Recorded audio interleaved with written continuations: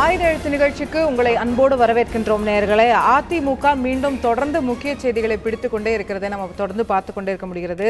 இரு அணிகளுடைய இணைப்பு என்பது நடக்கும் என்று பேசப்பட்டு இரு தரப்புகளுமே அதற்கான குழுக்கள் 2 குழுக்கள் அமைக்கப்பட்டிருந்தன. ஆனால் எங்களுடைய தரப்புல பேச்சுவார்த்தைக்காக அமைக்கப்பட்ட குழு என்பதை நாங்கள் கலைத்து விட்டோம். அந்த குழுவே இனிமே இல்லை, பேச்சுவார்த்தை இனிமே இல்லை, இணைப்புங்கிற பேச்சுக்கே இடமில்லை என்பதை திரு ஓ பன்னீர்செல்வம் அவர்கள் தெளிவாக தெரிவித்திருக்கிறார். இது இனிமேல் இந்த இணைப்பு என்பது சாத்தியம் இல்லையா என்ற கட்டத்தில் அவருடைய ஒரு நடவடிக்கைகள் நம்மளை யோசிக்க வைக்கின்றன. ஆனால் இன்னொரு தரப்பில் திரு எடப்பாடி பழனிசாமி அவர்களுடைய தலைப்பில் பல அமைச்சர்கள் பேசும்போது இன்னமும் நாங்கள் நம்பிக்கையுடன் இருக்கிறோம், ஒருங்கிணைந்த அதிமுக உருவாகும், அவர்களை வேற்றுமைகளை மறந்து நாங்கள் மீண்டும் பேச்சுவார்த்தைக்கு அழைக்கிறோம். திரு பன்னீர்செல்வம் அவர்கள் தன்னுடைய முடிவை மறுபரிசீலனை செய்ய வேண்டும் என்று அமைச்சர்கள் கோரிக்கை விடுத்திருக்கதை நம்ம பார்க்க முடிகிறது. இது தொடர்ந்து ஒரு நாடகத்தை நடத்தி வருகிறார்கள் என்ற குற்றச்சாட்டை திரு பன்னீர்செல்வம் அவர்கள் தொடர்ந்து வைத்து வரக்கூடியதை நாம் பார்க்க முடிகிறது. அதில் அந்த குற்றச்சாட்டுகளில் உண்மை இருக்கிறதா என்ற கேள்விகள், இந்த இணைப்பு பேச்சுவார்த்தை என்பது கைவிடப்பட்டதற்கான காரணங்கள் என்ன என்ற கேள்விகள் எல்லாம் எழுந்திருக்கின்றன. திரு எடப்பாடி பழனிசாமி அவர்களுடைய தரப்பில் இதற்கு கொடுக்கக்கூடிய பதில் என்ன? இந்த இணைப்பு என்பது இல்லை என்ற சூழ்நிலை உறுதியாகி விட்டது என்று சொன்னால் அடுத்த கட்டமாக என்ன நடக்க போகிறது? அதிமுக என்ற கட்சி உடைந்ததுதான், இரண்டாகத்தான் இருக்க போகிறது என்று எடுத்துக்கொள்ள வேண்டுமா? இந்த தேர்தல் ஆணையத்தில் இருக்கக்கூடிய வழக்குகள்ல அடுத்த கட்டமாக என்ன நகர்வுகள் இருக்க போகின்றன? அதிமுகவுடைய எதிர்காலம் எப்படி இருக்க போகிறது என்ற கேள்விகள் எழுந்து கொண்டிருக்கக்கூடிய அதே சூழ்நிலையில் முன்னாள் முதலமைச்சர் ஜெயலலிதா அவர்களுடைய சொத்துக்கள் என்னவாக போகின்றன என்ற கேள்விகளும் மற்றொரு புறம் எழத் தொடங்கி இருக்கின்றன. நேற்று மிகப்பெரிய பரபரப்பை திடீரென ஏற்படுத்திய தீபா அவர்களுடைய அந்த போயஸ் தோட்ட விஜயத்தை பற்றி நாம் அனைவரும் செய்திகளில் பார்த்திருப்போம். அங்கு நடந்த பல விஷயங்கள் மிகப்பெரிய சர்ச்சைகளை ஏற்படுத்தக்கூடிய விதமாக இருந்தன. வெளிப்படையாக அவருடைய சகோதரருடன் தீபா அவர்கள் பல்வேறு வாக்குவாதங்களில் ஈடுபடக்கூடியதை ஊடகங்கள் மூலம் நாம் பார்க்க முடிந்தது. இது போன்ற விஷயங்கள்ல அடுத்த கட்டமாக தீபா அவர்களுடைய நகர்வு என்னவாக இருக்க போகிறது? சொத்துக்களை தனக்கும் தன்னுடைய சகோதரருக்கும் ஜெயலலிதா அவர்களுடைய சொத்துக்கள் வர வேண்டும் என்பதற்காக சட்ட ரீதியான நடவடிக்கை எடுக்க போகிறாரா? பிரதமரை சந்திக்க போகிறேன் என்றும் தீபா அவர்கள் சொல்லியிருந்ததை பார்க்க முடிந்தது. அப்ப அதிமுக சார்ந்த விவகாரங்கள் தொடர்பாகவோ அரசியல் தொடர்பாகவோ அந்த சந்திப்பு நிகழ வேண்டும் என்று அவர் விரும்புகிறாரா என்ற கேள்விகள், போயஸ் தோட்ட இல்லத்தை நினைவிடவாக்க வேண்டும் என்ற கேள்வியும் தொடர்ந்து எழுந்து கொண்டிருக்கிறது. அதற்கான முயற்சிகளில் அதிமுகவுடைய அணிகள் இறங்குமா, அரசாங்கம் இறங்குமா? பல்வேறு கேள்விகள் ஒன்றா ரெண்டா நிறைய இருக்கிறது. அத்தனையும் இன்றைய நிகழ்ச்சியில் கேட்பதற்கு முயற்சிக்கலாம். அதிமுக அணிகள் இணைப்பு கதவடைப்புக்கு காரணம் என்ன என்ற தலைப்பில் தான் இன்றைய நிகழ்ச்சியில் விவாதிக்க இருக்கிறோம். நிகழ்ச்சியில் நம்மிடையே அதிமுகவை சேர்ந்த பல்வேறு பிரமுகர்கள் இணைகிறார்கள். திரு எடப்பாடி பழனிசாமி அவர்களுக்கு ஆதரவளிக்கக்கூடிய திரு கோவை செல்வராஜ் அவர்கள் இணைந்திருக்கிறார். அதே போல அதிமுகவுடைய புதுச்சேரி மாநிலத்தின் சட்டமன்ற குழு தலைவராக இருக்கக்கூடிய திரு அன்பழகன் அவர்கள் இணைந்திருக்கிறார். நேற்று மிகப்பெரிய சர்ச்சைகளை ஏற்படுத்திய தீபா அவர்களுடைய கணவர் மாதவன் அவர்கள் நம்மிடையே இணைந்திருக்கிறார். அதே போல திரு பன்னீர்செல்வம் அவர்களின் ஆதரவாளராக இருக்கக்கூடிய திரு கே.சி. பழனிசாமி அவர்களும் நம்மிடையே இணைந்திருக்கிறார். அதே போல சாமானியர்களின் பிரதிநிதியாக இந்த அத்தனை விஷயங்களையும் உற்று நோக்கி கொண்டிருக்கக்கூடிய சாமானியராக திரு உதயகுமார் அவர்களும் நம்மிடையே இணைந்திருக்கிறார். அனைவரையும் நிகழ்ச்சிக்கு அன்போடு வரவேற்கின்றேன். திரு கோவை செல்வராஜ் அவர்கிட்ட இருந்து ஆரம்பிக்கலாம்னு நினைக்கிறேன். உங்கள்கிட்ட முதல்ல நான் கேட்க விரும்பக்கூடியது, இந்த இணைப்பு இணைப்பு இணைப்பு அப்படிங்கிற விஷயம் தொடர்ந்து பேசப்பட்டது. ஆனால் தற்போது திரு பன்னீர்செல்வம் அவர்கள் தெளிவா அந்த குழுவையே நாங்கள் கலைச்சிட்டோம், இந்த இணைப்பு அப்படிங்கிறதுக்கு இடம் இல்லை அப்படின்னு சொல்றாரு. அதற்கு காரணமா அவர் சொல்லக்கூடிய விஷயம், உங்களுடைய தரப்பிலிருந்து தொடர்ந்து இணைப்பு பற்றி பேசுறீங்களே தவிர அவர்களுடைய கோரிக்கைகளை நீங்க முன்னெடுக்க மாட்டேன்றீங்க, ஒருவித நாடகத்தை அரங்கேற்றி வருகிறார்கள் அப்படிங்கிற வார்த்தையை அவர் பயன்படுத்துறாரு. உங்க மேல நம்பிக்கை வர மாட்டேங்குது அப்படிங்கிறது தான் திரு ஓபிஎஸ் வைக்கக்கூடிய குற்றச்சாட்டா இருக்கு. இந்த நாடகத்தை அரங்கேற்றி கொண்டிருப்பது அவர்கள் தான். அது ஒரே ஒரு நிமிஷம் மட்டும் தெளிவாக சொல்லி ஆகணும். டிசம்பர் 5ஆம் தேதி எங்கள் விஜயதேவ் அம்மா மறைந்த பொழுது அன்று இரவே அனைத்து சட்டமன்ற உறுப்பினர்களும் தலைமை கழகத்தில் கூடி இவரை தலைவராக தேர்ந்தெடுத்து முதலமைச்சராக நள்ளிரவில் பொறுப்பெடுக்கிறார். பொறுப்பெடுத்த பிறகு பிப்ரவரி 5ஆம் தேதி இவர் என்ன சொல்றாருன்னா, என்னை ராஜினாமா பண்ண சொன்னாங்க, வற்புறுத்தினாங்கன்னு அவர் யாருக்கிட்ட சொல்லல. பேசிட்டு வந்தார். வந்ததுக்கப்புறம் ஒரு 2 மணி நேரத்தில் பிரதமருக்கும் கவர்னருக்கும் கடிதம் அனுப்புறாரு பேக்ஸ் மூலியமா இவருடைய அலுவலகத்திலிருந்து. இவர் அனுப்பிட்டு 2 நாளாக யார் இவர் நீக்கணும்னு சொல்றாரோ அந்த அம்மா கூட தான், சசிகலா அம்மாவோட தான் உட்கார்ந்து 2 நாளாக ஆலோசனை பண்ணி அரசியல் எல்லாம் பண்ணிட்டு 2 நாள் கழிச்சு சட்டமன்ற கூட்டத்தை கூட்டுறாரு. அந்த கூட்டத்தில் இவரே அந்த அம்மாவை தலைவராக தேர்ந்தெடுக்கிறதுக்கு முன்மொழிகிறார். முன்மொழிஞ்சு காலத்தொட்டு கும்பிட்டு ஆசீர்வாதம் வாங்குறாரு. அதுக்கப்புறம் தான் போய் 1 நாள் கழிச்சு தான் போய் தியானத்துக்கு போய் உட்கார்றாரு. நான் என்ன கேட்கறேன்னா, எங்க எம்எல்ஏ அத்தனை பேர் சார்பா கேட்கிறேன், 135 எம்எல்ஏ உங்களை வந்து தலைவராக தேர்ந்தெடுத்தாங்களே, உங்களுக்கு அந்த மாதிரி ஒரு இக்கட்டான நிலை வந்ததுன்னா, உண்மையா இருந்திருந்தா நீங்க அன்னைக்கே வந்து 30 மந்திரிகளையும் கூப்பிட்டு எம்எல்ஏ, ஒரு நிமிஷமா, எம்எல்ஏகளை கூப்பிட்டு இந்த மாதிரி சொல்றாங்க என்ன செய்யலாம்னு கேட்டிருந்தீங்கன்னாக்கா, உங்களை யாரு தேர்ந்தெடுத்தாங்களோ அவங்களே நீங்க மதிக்கல, அவங்களோட சேர்ந்து கலந்து பேசல, எதுவும் பண்ணாம எதுவும் பண்ணாம ஒரு டிராமா போட்டுட்டு எங்களை டிராமான்னு சொன்னா எப்படி நியாயம்? ரைட், புரிஞ்சுக்கிட்டேன். ஆனா இந்த நிகழ்வெல்லாம் நடந்ததுக்கு அப்புறம் டிசம்பர் 5, பிப்ரவரி 5, மார்ச் 5, ஏப்ரல் 5, பல 5 எல்லாத்தையும் கடந்ததுக்கு அப்புறம் தான் சரி ஓகே நமக்குள்ள இவ்வளவு பிரச்சனை ஆயிடுச்சு, நம்ம 2 பேரும் இணைஞ்சிடலாம் அப்படின்னு சொல்லி குழு எல்லாம் அமைக்கப்பட்டது. அவர்கள் தரப்புல 2 கோரிக்கைகள் வைக்கப்பட்டது. நீங்க வந்து சசிகலா அவர்களையும் தினகரன் அவர்களையும் வந்து கட்சி விட்டு நாங்க ஒதுக்கி வைக்கிறோம் அப்படின்னு வெளிப்படையாக அமைச்சர்கள்லாம் அறிவிச்சீங்க. இதெல்லாமே அதுக்கு அப்புறம் தான் நடக்குது. சொன்னதுக்கு அப்புறம் அதே திரு பன்னீர்செல்வம் அவர்கள் செஞ்சது பிப்ரவரி 5ஆம் தேதி 7ஆம் தேதி செஞ்சதெல்லாம் டிராமான்னு இப்ப நீங்க சொல்றீங்க. அந்த டிராமாவெல்லாம் முடிஞ்சு எல்லாம் நடந்ததுக்கு பிறகுதானே இணையலாம் சொல்லி பேசுனீங்க. இணையணும்னு சொல்றோம். இணையருக்கு பேசுறதுக்கு யார் வரணும், யார் பேசணும்? 2 தரப்புலயும் குழு இருந்துச்சு. நீங்க என்னைக்கு வெளிப்படையா நீங்க வந்து போய் பேசிட்டு வாங்கன்னு உங்க குழுவை அனுப்புனீங்களா? இல்ல நாங்க பேசுறதுக்கு எவ்வளவு தடவை கேட்டாச்சு, எல்லா அமைச்சரும் கேட்டாச்சு, ரெடியா இருக்கிறோம் சொல்லியாச்சு. பேசுறதுக்கு அதான் அவங்க நாடகம் எதை சொல்றாங்க அப்படின்னா, நீங்க வந்து திரு தினகரன் அவர்களையும் சசிகலா அவர்களையும் ஒதுக்கிட்டதா வந்து சொல்றீங்க வெளியில. ஆனா வந்து தேர்தல் ஆணையத்துல நாங்க ஒண்ணு இவங்களுக்காக ஒதுக்கல, இவங்களுக்காக நாங்க கட்சி ஆபீஸ்ல வந்து எதுவும் பண்ணல. இல்லங்க, இவங்களுக்காக ஒதுக்குனீங்களோ ஒதுக்கலையோ, அவங்க என்ன சொல்றாங்கன்னா நீங்க வந்து ஒதுக்குனேன்னு சொல்றீங்க, ஆனா உள்ளுக்குள்ள செயல்பாடுகள் அவர்களுடைய இருந்து கொண்டுதான் இருக்குது. நீங்க தேர்தல் ஆணையத்துல கூட அஃபிடவிட் அங்க தான் போடுறீங்க. அப்ப அந்த டிராமா, அந்த நாடகம். சாதாரணமா ஒரு கட்சியை கூட்டணி சேர்த்தது கூட என்ன செய்யறோம், தனிப்பட்ட முறை ஒரு 6 தடவை 7 தடவை பேசி முடிச்சு ஒப்பந்தம் ஏற்படுற நேரத்தில் தான் 2 தலைவர் உட்கார்ந்து பேசுவாங்க. அது மாதிரி ஒரு இடத்துல உட்கார்ந்து பேசுறதுக்கு நீங்க அந்த 7 பேர் சந்திச்சு பேச வேண்டாம், ஒரு 2 பேர் சந்திச்சு பேசலாம்னு பகிரங்கமா சொல்லி பேசியிருந்தா வேலையை தீர்ந்திருக்கும்.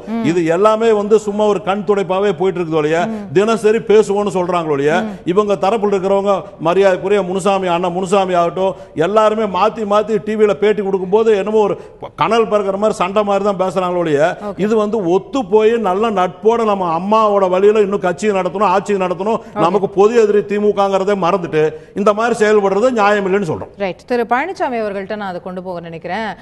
திரு செல்வராஜ் அவர்களுடைய குற்றச்சாட்டை கேட்டிருப்பீங்க, எதிரணியினர் வந்து நாடகம் நடத்துகிறார்கள்னு திரு பன்னீர்செல்வம் அவர்கள் குற்றச்சாட்டு வச்சா, திரு பன்னீர்செல்வம் அவர்கள் நடத்தியதும் நாடகம் தானே அவங்க குற்றம் சாட்டுறாங்க. அதாவது நம்ம ரொம்ப பழசுக்குள்ள போய் அது பார்வையாளர்களுக்கே அது வந்து ரொம்ப போர் அடிச்சிருக்கும். திரு தினகரன் அவர்கள் டெல்லி சிறையில் இருந்து வெளியில் வந்ததுக்கப்புறமா இவங்க அவரை ஒதுக்கி வச்சிட்டோம், ஒரு கிளைக்கழக செயலாளர் கூட அவரை சென்று பார்க்க மாட்டார்கள் அப்படின்னு சொல்லிட்டு அமைச்சர் ஜெயக்குமாரும் 17 அமைச்சர்களும் சொல்கிறாங்க. அதுக்கப்புறம் 32 சட்டமன்ற உறுப்பினர்கள் அவரை சென்று சந்தித்திருக்கிறார்கள். அதே மாதிரி அவர் திரு புகழேந்தி அவர்களும் திரு நாஞ்சில் சம்பத் அவர்களும் திரு நாஞ்சில் சம்பத் அவர்கள் அம்மா அவர்கள் திரு பன்னீர்செல்வம் அவர்களை முதலமைச்சராக ஆக்கியதே தவறு என்று அம்மாவையே குற்றம் சாட்டி பேசியிருக்கிறார்கள்.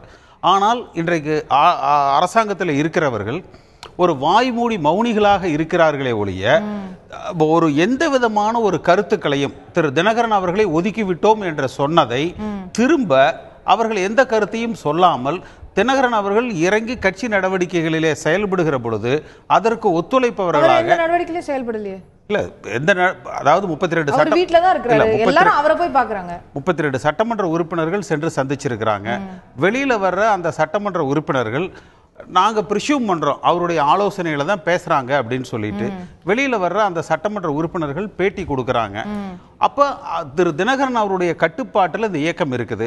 அவர்தான் அமைச்சர் ராஜேந்திர பாலாஜி நாஞ்சில் சம்பத் அவர்கள் சொல்வது போல திரு தினகரன் அவர்களுக்கு பெருகி வரக்கூடிய ஆதரவை பார்த்து தான் இப்ப பன்னீர்செல்வம் அவர்கள் பின்வாங்கிட்டாருன்னு சொல்றாங்க. அப்படி இல்ல, எங்களை பொறுத்த வரைக்கும் எங்களுடைய நிலைப்பாடு ஒண்ணுதான். நேரடியாகவோ மறைமுகமாகவோ திருமதி சசிகலா அவர்களையோ அந்த குடும்பத்தை சார்ந்தவர்களையோ இந்த இயக்கத்தில் எந்த விதமான ஒரு தலையீட்டையும் நாங்கள் ஏற்க மாட்டோம். தினகரனுக்கு ஆதரவு இருக்குதா இல்லையா அப்படிங்கிறது மக்களும் தொண்டர்களும் முடிவு பண்ண வேண்டியது. அது அல்லது இல்ல அப்ப நீங்க சொல்றது இப்ப நீங்களே வந்து நான் காரணம் கேட்கும்போது நீங்களே என்ன சொன்னீங்க, தினகரன் அவர்களை 32 பேர் சந்திக்கிறாங்க, அவங்க இது பண்றாங்க, அப்போ அவருக்கான ஆதரவு பெருகி வருதுன்றதை நீங்களே அக்னாலஜ் பண்றீங்க. ஆதரவு பெருகி வருதுன்னு நான் அக்னாலஜ் பண்ணல. அண்ணா திராவிட முன்னேற்ற கழகத்தில் இருக்கக்கூடியது 2 அணிதான். திருமதி சசிகலா அவர்களை ஆதரிக்கிறவர்கள், திருமதி சசிகலா அவர்களை எதிர்க்கிறவர்கள். அதுக்கு இடைப்பட்டு எடப்பாடி பழனிசாமி அணி அந்த மாதிரி எல்லாம் ஒண்ணு வந்து கிடையாது. அப்ப இந்த 2 அணியை பொறுத்த வரைக்கும் திருமதி சசிகலா அவர்களை ஆதரிக்கிறவர்களுக்கு கூட்டங்களுக்கு இன்றைக்கு திரு தினகரன் அவர்கள் தலைமை தாங்கி நடத்துகிறார். எதிர்க்கிறவர்களுக்கு அண்ணன் ஓபிஎஸ் அவர்கள் தலைமை தாங்கி நடத்துகிறார். அப்ப திரு எடப்பாடி பழனிசாமி அவர்களை சார்ந்தவர்களும் பேட்டி கொடுத்த திரு ஜெயக்குமார் போன்றவர்களும் திருமதி சசிகலா அவர்களது குடும்பத்தை ஆதரிக்கிறார்களா எதிர்க்கிறார்களா என்ற ஒரு தெளிவான நிலைப்பாட்டை எடுக்காமல் தங்களது பதவியை தக்காத்துக் கொள்ள வேண்டும் என்பதிலே மட்டுமே கவனம் செலுத்தி கொண்டிருக்கிறார்கள். தேர்தல் ஆணையத்திலே திருமதி சசிகலா அந்த அஃபிடவிட்லாம் கொடுத்திருக்காங்க அப்படிங்கறத நம்ம ஏற்கனவே பேசியிருக்கோம். நான் திரு அன்பழகன் அவர்கள்ட்ட இந்த விஷயத்தை கொண்டு போக நினைக்கிறேன். பேச்சுவார்த்தை நடந்துரும், கட்சிகள் இணைஞ்சிரும் அப்படிங்கிறது தான் தொடர்ந்து பேசப்பட்டது. ஆனால் தற்போது திரு பன்னீர்செல்வம் அவர்கள் தரப்புல இந்த பேச்சுவார்த்தைக்கான குழுவே வந்து கலைக்கப்பட்டிருக்கிறது. மற்றொரு புறம் பார்த்தா வந்து அவங்க ஒரு நாடகம் நடத்துறாங்க. திரு தினகரன் அவர்களை ஒதுக்கி வச்சதா சொல்றாங்க, ஆனா செய்யல அப்படிங்கறத அவங்க வைக்கக்கூடிய குற்றச்சாட்டா இருக்கு. எல்லாத்தையும் ஒட்டுமொத்தமா ஒரு அதிமுகவை சேர்ந்த ஒரு சட்டமன்ற உறுப்பினர் நீங்க பார்க்கும்போது அதிமுக உடைஞ்சதுதான், இனிமே 2 அதிமுக இருக்க போகுது அப்படிங்கறத ஏற்கலாமா? அதுதான் நிதர்சனமா? இல்லைங்கம்மா, அதாவது நான் வந்து புதுச்சேரியிலேருந்து வந்துக்கிறேன். எனக்கு தமிழ்நாட்டில் இருக்கின்ற ஆட்சியை பற்றி பெரிய அளவில் கவலை கிடையாது. இது வந்து இந்த இயக்கம் என்பது வந்து தலைவர் வந்து உருவாக்கின இயக்கம். புரட்சித் தலைவர் அம்மா அவர்கள் வந்து வளர்த்த இயக்கம். இந்தியாவிலே வந்து இருக்கின்ற அரசியல் கட்சியிலே வந்து 3வது பெரிய கட்சியாக வந்து உருவாக்கின இயக்கம். இந்த அதிமுக என்னவே வந்து இந்தியாவில் இருக்கின்ற கட்சிகள் எல்லாம் எடுத்துக்காட்டான ஒரு இயக்கமாக வந்து மாண்புமிகு புரட்சித் தலைவர் அம்மா அவர்களால் வந்து வளர்த்த இயக்கம் இது. எங்களுடைய கட்சியுடைய தொண்டர்கள்லாம் வந்து ஒரு எஃகு கோட்டையில் இருக்கின்ற சிப்பாய்களுக்கு சமம்னு சொல்லிட்டு மற்றவங்களாம் கூட புகழ்ந்து பேசப்பட்ட இயக்கம் இது. இன்றைக்கு புரட்சித் தலைவர் அம்மா அவர்களுடைய மறைவுக்கு பிறகு நடந்த சம்பவங்கள் இதெல்லாம் பார்க்கும்போது வந்து நாங்கள் வந்து புதுச்சேரி மாநிலத்தினுடைய ஒரு சட்டமன்ற உறுப்பினர், 4வது முறையாக சட்டமன்ற உறுப்பினர், எங்களெல்லாம் வந்து மனசில் வந்து இதயத்தில் வந்து ரத்த கண்ணீர் வடிக்கிற மாதிரி தான் இவங்களுடைய அத்தனை பேருடைய செயலும் இருக்குது. இப்போ இவங்களாம் வந்து மரியாதைக்குரிய முன்னாள் முதலமைச்சர் ஓபிஎஸ் இருந்தாலும் சரி, எடப்பாடி பழனிசாமி இருந்தாலும் சரி, மரியாதைக்குரிய வந்து துணை பொதுச் செயலாளர் டிடிவி தினகரன் வந்து இப்போ வந்துக்கிறாரு. அதே போன்று வந்து அமைச்சர் செங்கோட்டையன் வந்தாலும் சரி, திண்டுக்கல் சீனிவாசன் வந்தாலும் சரி, இவங்களாம் வந்து மிகப்பெரிய பொறுப்பில் இருந்தவங்க. புரட்சித் தலைவர் அம்மாவால் வந்து இன்னைக்கு இருக்கிறவங்க எல்லாமே வந்து அம்மாவால் வந்து இனம் காணப்பட்டவர்கள். அம்மாவால் வந்து பல்வேறு பதவிகளுக்கு வந்துக்கிறாங்க. அவங்க அந்த பதவிகளுக்குரிய மாண்புகளையும் மரியாதையும் உணர்ந்து தங்களுடைய வந்து சுய கோபத்தெல்லாம் வந்து அடக்கி கொண்டு அவங்க வந்து இந்த இயக்கம் வந்து புரட்சித் தலைவர் அம்மாவால வந்து கொண்டு வரப்பட்ட இயக்கம். இது அம்மா வளர்த்த இயக்கம். தலைவர்களுடைய சுய கோபங்கள்னாலதான் இவ்வளவு பிரச்சனை நடக்குது. உண்மை, அதுவும் ஒரு காரணமா?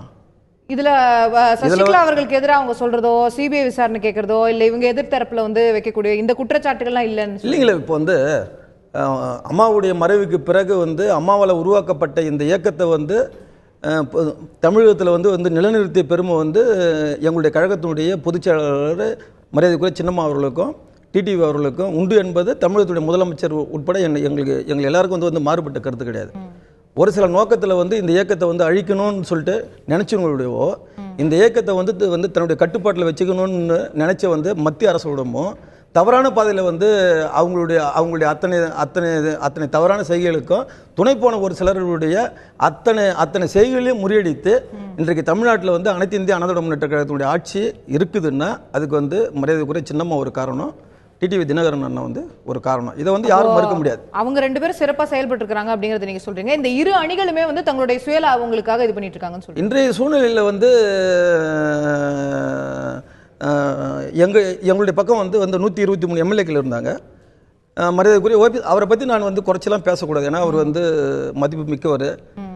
அவர்கள்லாம் வந்து புதுச்சேரி மாநிலத்துக்கு இப்போ நாங்கள் சொன்னவங்களாம் புதுச்சேரி மாநிலத்துக்கு வரும்போது நாங்கள் வந்து ஒரு பெரிய அம்மாவுடைய பிரதிநிதியாக வந்துக்கிறாங்கன்னு சொல்லிட்டு நாங்கள் புதுச்சேரியில் இருக்கிற அதிமுகலாம் வந்து அவங்களுக்கு வந்து எவ்வளோ மரியாதை. புதுச்சேரியில் இருக்கிற அதிமுகவுடைய அங்கே இருக்கக்கூடிய உங்களுடைய தொண்டர்களுடைய நிலைப்பாடு என்னவா இருக்கு? புதுச்சேரி அதிமுக இந்த விஷயங்களை, இந்த நகர்வுகளை எப்படி பார்க்குது? உங்களுடைய நிலைப்பாடு யாருக்கு ஆதரவு? இல்லை புதுச்சேரி மாநிலத்தில் சேர்ந்த புதுச்சேரி மாநிலத்தோட அதிமுக வந்து இந்த விஷயத்தெல்லாம் வந்து நாங்கள் ரொம்ப கவலையாக பார்க்குறோம். ஒன்று, கழகத்தில் வந்து 4 சட்டமன்ற உறுப்பினர்கள் இருக்கிறோம். கழகத்தில் வந்து கழகத்தினுடைய மாநில ஆதரவு யாருக்கு இருக்குது? இந்த 4 சட்டமன்ற உறுப்பினருமே நாங்க வந்து எங்களுடைய ஆதரவுன்னு சொன்னா நீங்க எப்படி இந்த கேள்வி எங்களுக்கு புரியல. ஆட்சிக்கான ஆதரவுங்கிறதுக்காக கேட்கல. இப்போ இந்த வந்து தமிழ்நாட்டுல வந்து நாங்க வந்து கை தூக்கி ஆட்சி அமைப்பு போறது கிடையாது. நீங்க வந்து தமிழ்நாட்டோட ஆட்சிக்காக நீங்க சப்போர்ட் பண்ண போறது கிடையாது. நான் அந்த அடிப்படையில் ஆதரவுங்கிறத கேட்கல. பட் இப்போ திரு கோவை செல்வராஜ் அவர்கள் ஒரு தரப்பு வந்து ஆதரிக்கிறாரு, திரு பழனிசாமி அவர்கள் ஒரு தரப்பு அவங்களே ஆதரிச்சு கைது இன்னைக்கு வந்து அதிமுக 2ஆ பிரிஞ்சிருக்கு. 2 இல்லங்க, அவங்களே வந்து வந்து ஆதரிச்சு கையெழுத்து போட்டு தான் மரியாதைக்குரிய சின்னம்மா அவர்கள் கழகத்தினுடைய பொதுச்செயலாளர் ஆகிறாங்க. அவங்களால வந்து நியமிக்கப்பட்டவர் தான் டிடிஓ தினகரன் வந்து கழகத்தினுடைய துணை பொதுச்செயலாளர். நாங்க அந்த அதில் தான் இருக்கிறோம். எங்களை பொறுத்த மட்டும் வந்து ஒரே அதிமுக தான். ஓகே, அதாவது சசிகலா அவர்கள் தினகரன் அவர்கள் அவங்க இருக்கிறாங்க. அவங்க தான் நம்ம கட்சியினுடைய பொதுச்செயலாளர். பீகார்ல கூட வந்து லல்லு பிரசாத் யாதவ் வந்து தவறு செஞ்சுட்டு ஜெயில இருக்கும்போது கூட கட்சிக்கு தலைமை தாங்கி அவர் தான் நடத்தியிருந்தாரு. அந்த மாதிரி தான் எங்களை பொறுத்த மட்டும் வந்து மரியாதைக்குரிய சின்னம்மா அவர்கள் தான் கட்சியினுடைய பொதுச்செயலாளர். ஒரே அதிமுக தான் எங்களுக்கு. நான் மாதவன் அவர்களிடத்துல என்னுடைய கேள்வி, நேற்று என்னதான் நடந்தது அது முதல்ல உங்களுடைய பார்வையில் நீங்க விளக்க முடியுமா? அதற்கு பிறகு நம்ம மற்ற விஷயம். என்னோட பார்வையில் சொல்றதை விட என் மனைவி சொன்னது தான் முன்னாடி என்னால் சொல்ல முடியும். விடிய காலையில் வந்து தீபக் வந்து என் மனைவியை வந்து அழைத்து தொலைபேசியில் இந்த மாதிரி அம்மாவோட படத்துக்கு வந்து மலர் மாலை வைக்கணும், நீங்கள் வாங்கன்னு சொல்லி கூப்பிட்டுருக்கார். கூப்பிட்டு அங்கே வந்தாக்கா இந்த மாதிரி கதவை அடைச்சி இன்சல்ட் பண்ணுவாங்க, அதனால் போக வேண்டாம் அப்படின்னு தீபக் கிட்ட என் மனைவி சொன்னாங்க. இல்லை அங்கே போனால் அந்த மாதிரிலாம் நடக்காது, நீங்கள் வாங்க அப்படின்னு சொல்லி இவர் கூப்பிட்டுருக்கார். இவர் பேச்சை நம்பி அங்கே என் மனைவி போயிருக்காங்க. போன இடத்துல வந்துட்டு கேட்டை லாக் பண்ணிட்டாங்களாம். உள்ள போன பிறகு உள்ள போயிட்ட அப்புறமா லாக் பண்ணிட்டாங்க. லாக் பண்ணிவிட்டு அங்கே ரிப்பப்ளிக் டிவி அப்படின்னு சொல்லிட்டு ஒரு செய்தி தொடர்பாளரை வந்து தாக்கி இருக்கிறதா சொல்கிறாங்க. ப்ளஸ் இவங்களையும் தாக்கியிருக்காங்களாம். ஸோ அவங்க தாக்கப்பட்டதுனால தான் இவங்க வெளியில் வந்ததா என்கிட்ட சொன்னாங்க. ஃபோனில் என்னை அழைச்சி இந்த மாதிரி நான் ஒரு பெரிய பிரச்சனையில் இருக்கேன், இந்த மாதிரி எல்லாரும் சேர்ந்து கார்னர் பண்ணுறாங்க, உயிருக்கு பயமாக இருக்குது, கொஞ்சம் உடனே வாங்கன்னு சொல்லி எனக்கு ஃபோன். நீங்கள் எங்கே இருந்தீங்க அப்போது? நான் என்னோடய ஆஃபீஸில் இருந்தேன், ஷெனாய் நகரில் இருந்தேன். நான் போகும்போது கூப்பிடல, உங்கள்கிட்டையும் சொல்லலை. அவங்க வந்து அங்கே போனதே உங்களுக்கு முதல்ல தெரியாது.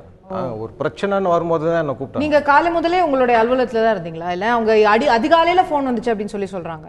அதிகாலையில இல்ல, அங்க எத்தனை மணிக்கு அவங்க வந்து பாய்ஸ் கார்டன் அம்மாவோட இல்லத்துக்கு போனாங்கன்னு எனக்கு தெரியாது. ஓகே, இல்ல அவங்க வந்து 4 மணில இருந்தே தீபக் எனக்கு ஃபோன் பண்ணிட்டே இருந்தாரு அப்படின்னு சொல்லி பேட்டிகள் எல்லாம் சொல்லிருக்காங்க. அப்போ அதிகாலையிலன்னும் போது இயல்பா உங்கள்கிட்ட ஏதாவது சொன்னாங்களா, இந்த மாதிரி கூப்பிடுறாங்க நான் போலான்னு இருக்கேன், நீங்க ஏதாவது ஆலோசனைகள் வழங்குனீங்களா? அவங்க எந்த ஒரு ஆலோசனையும் நான் ஒன்றும் கொடுக்கல. இந்த மாதிரி பிரச்சனைன்னு வந்தோடனே தான் என் ஞாபகம் வந்து அவங்க கூப்பிட்டாங்க, நான் போனேன்.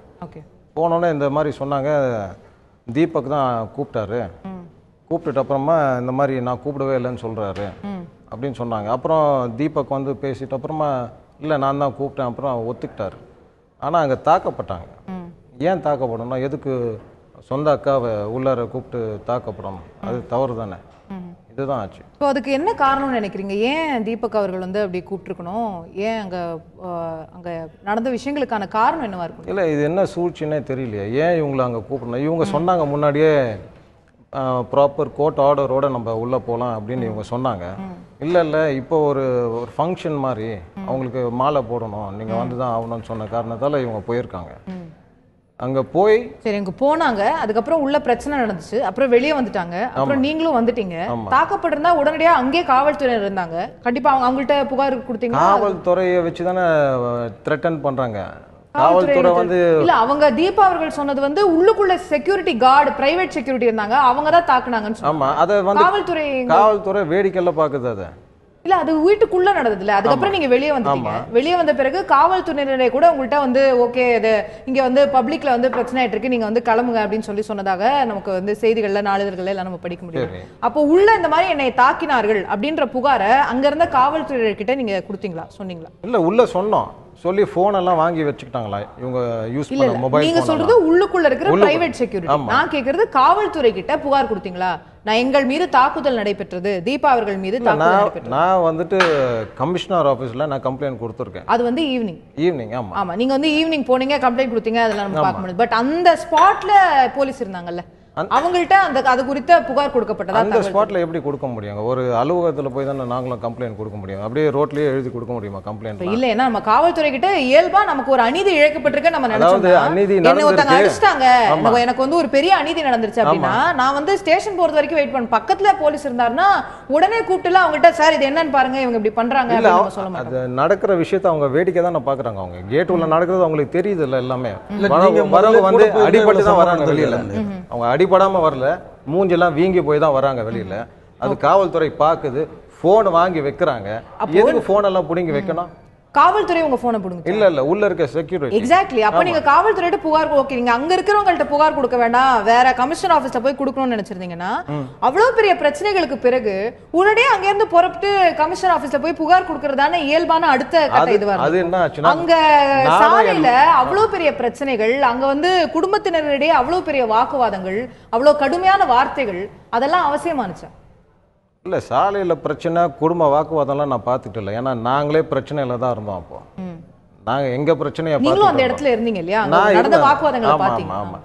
என்னோட மனைவி என்னோட வண்டியில் ஏற வந்து காவல்துறை அனுமதிக்கல. ஏன்? காவல்துறை யார் சொல்றதை கேட்டு செயல்படுது? யார் சொல்றாங்க? யார் அவங்க ஆர்டர்ஸ் கொடுக்குறாங்க? என்னோட வண்டியில வந்து என் மனைவி ஏற ரெடியா இருக்காங்க.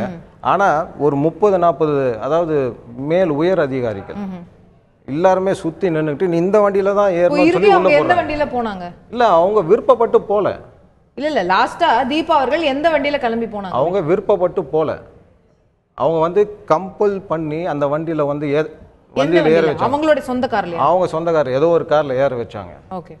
கம்பல் பண்ணி ஏன் வண்டியில ஏறது வர? இல்ல அங்க இருந்து ஏன் கிளம்பாம அங்க நின்னு அங்க அவ்வளவு பெரிய பிரச்சனைகள், அந்த கடுமையான வார்த்தைகள், அவ்வளவு கமோஷன், அதெல்லாம் ஒரு குடும்பத்திலே இருக்கக்கூடிய பிரச்சனைகள் வந்து இன்சல்ட் பண்றாங்க. ஆமா. இல்ல அவர் வந்து உள்ள கூப்பிட்டு அடிச்சாங்கன்னா அது ஒரு எமோஷன் தாங்க. ஆமா. இல்ல அவங்களுக்கு ஒரு அநீதி இழைக்கப்பட்டதுன்னு ஒரு வீட்டுக்கு கூப்பிட்டு வச்சு அங்க உங்களை அடிச்சாங்கன்னா நீங்க சிரிச்சிட்டா இருப்பீங்க? நிச்சயமா இருக்க மாட்டோம், யாருமே இருக்க மாட்டோம். ஆனா அது வந்து சாலையில அவ்வளவு ஊடகங்கள் இருக்குது, உங்களை சுத்தி அவ்வளவு கேமராக்கள் இருக்குது, அவ்வளவு பிரஸ் இருக்குது, எல்லாமே தெரியும்.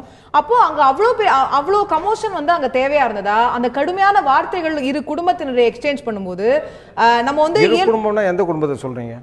உங்களுடைய குடும்பத்தை தான் சொல்றேன். தீபா அவர்கள், தீபக் அவர்கள் இல்ல குடும்பத்தினரிடையே ரெண்டு பேர் சகோதரி 2 பேர் இருக்காங்க.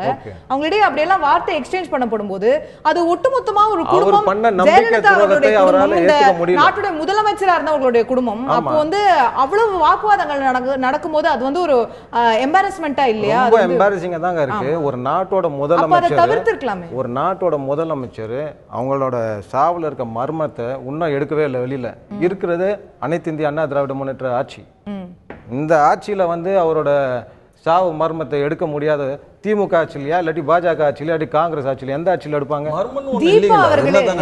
தீபா அவர்களே கடந்த டிசம்பர் மாதம் என்னோட நினைவு சரியா இருந்தா நம்மள்ட்ட வந்து பேட்டிகள் கொடுக்கும்போது, இதே தந்தி தொலைக்காட்சியில பேட்டிகள் கொடுக்கும்போது மர்மம் எல்லாம் அதுல எதுவும் இல்ல, அந்த ட்ரீட்மெண்ட் ப்ராசஸ் பத்தி விளக்கமா சொல்லல, அத சொல்லிருக்கலாம். அதேதாங்க இப்போ நான் வந்து நானும் அவங்க சொன்னதை நான் சொன்னேன். ஆனா இன்று தீபா அவர்கள் வந்து கடுமையான வார்த்தைகளை வந்து அவங்க வந்து அது இயற்கையான மரணமே இல்ல அப்படிங்கிற அளவுக்கு வந்து தீபக் அவர்களை சம்பந்தப்படுத்தி பெரிய சதி நடந்திருக்கின்ற ஒருவேளை உண்மை இப்ப தெரிஞ்சிருக்கலாம் உங்களுக்கு. அப்ப தெரியாம இப்ப தெரிஞ்சிருக்கும். அப்படி கூட இருக்கலாமே. இப்பதான் தெரிய வந்திருக்கு. தெரிய வந்திருக்கலாம். அவங்க சொன்ன அவங்க தம்பி சொன்னதை நம்பி இருக்காங்களா? அது சம்பந்தமா வழக்கு தொடரான் இருக்காங்களா? அது சம்பந்தமா அது அவங்கள தான் கேட்கணும். அது எனக்கு தெரியல. அது அவங்கள்ட்ட தான் கேட்க வேண்டிய விஷயம். பட் என்ன விமர்சனம் வைக்கப்படுது அப்படின்னா, போயஸ் தோட்ட இல்லத்துக்குள்ள அவ்வளவு பெரிய ஒரு விஷயம் நடக்குது, அங்க தாக்கப்பட்டாங்க அப்படின்னு சொல்றீங்க. ஆனா வந்து புகார் வந்து மாலையில பதிவு செய்யப்படுது. அந்த சாலையில அவ்வளவு ஊடகங்களுக்கு முன்னாடி அப்படி ஒரு பிரச்சனைகள் அங்க ஏற்படுது அப்படின்னு சொல்லும்போது இது வந்து ஒரு விளம்பரம் தேடக்கூடிய யுக்தி அன்ற விளம்பரம் தேடக்கூடிய அவசியம் எங்களுக்கு கிடையாதுங்க. விளம்பரம் தேடக்கூடிய அவசியம் எனக்கும் இல்லை, என் மனைவிக்கும் கிடையாது. இது வந்து ஒரு சூழ்ச்சி பண்ணி எங்களை தாக்கணும்னு சொல்லிட்டு ஓப்பனாகவே லைவ்லேயே சொன்னாங்க. என்னை கொலை பண்ணுறதுக்கு முயற்சி செய்கிறாங்க, அவங்கள கொலை பண்ணுறதுக்கு முயற்சி செய்கிறாங்கன்னு ஓப்பனாகவே சொல்கிறாங்க. எனக்கு லைஃப் த்ரெட் இருக்குது, அவங்களுக்கு லைஃப் த்ரெட் இருக்குன்னு. அதனால தான் நான் போய் கம்ப்ளைண்ட் கொடுத்தேன். உயிர் பாதுகாப்புக்காக எனக்கும் என் மனைவிக்கும் சொல்லி கமிஷனர் ஆஃபீஸில் போய் நான் கொடுத்தேன். ஆனால் இங்கே என்னன்னா போலீஸே எங்களை த்ரெட்டன் பண்ணுது. போலீஸ் கிட்ட தான் நான் போய் திருப்பி கம்ப்ளைண்ட் அங்க அந்த சூழ்நிலையில வந்து தீபா அவர்கள் பயன்படுத்திய வார்த்தைகளும் சரி, அவர்களுக்கிடையே ஏற்பட்ட அந்த வாக்குவாதங்களும் சரி, நீங்க வந்து அடுத்த கட்டமா அதிமுகவை வழிநடத்தக்கூடிய ஒரு தலைமையா வந்து தன்னை வந்து தீபா அவர்கள் சொல்லிக்கிறாங்க. ஜெயலலிதா அவர்களுடைய லெகசிய, கட்சிய, அரசியல எல்லாத்தையுமே நான் தான் அடுத்து முன்னெடுத்து போக போறேன் அப்படின்னு சொல்றாங்க. அப்போ அந்த சூழல்ல அவர்கள் பயன்படுத்திய வார்த்தைகள் அதெல்லாம் வந்து அதற்கு ஈடு கொடுக்கிற விதமா இருக்கு. உணர்ச்சி வசப்பட்டு 2 வார்த்தைகளை பேசியிருக்கலாம், அது மனசுல எடுத்துக்க வேண்டாமே. ஓகே. சோ அது வந்து அந்த நேரத்துல இருக்கக்கூடிய உணர்ச்சியில வந்தது. இதெல்லாம் நாங்கள் பார்த்துருந்தோம். திரு அன்பழகன், பொதுவாக வந்து புரட்சித் தலைவர் அம்மா அவர்கள் வந்து வாழ்ந்த வீடு வந்து இருந்த வீடு, சொந்த வீடு வந்து பாய்ஸ் கார்டன் வீடு. அதெல்லாம் எங்களுக்கு வந்து ஒரு கோயில். அது உள்ள ஒரு கால் எடுத்து வச்சாவே எங்களுக்கு ஒரு பெரிய ஒரு பிள்ளைங்க அடைஞ்ச மாரி எங்களுடைய எண்ணம்லாம் இருக்கும்.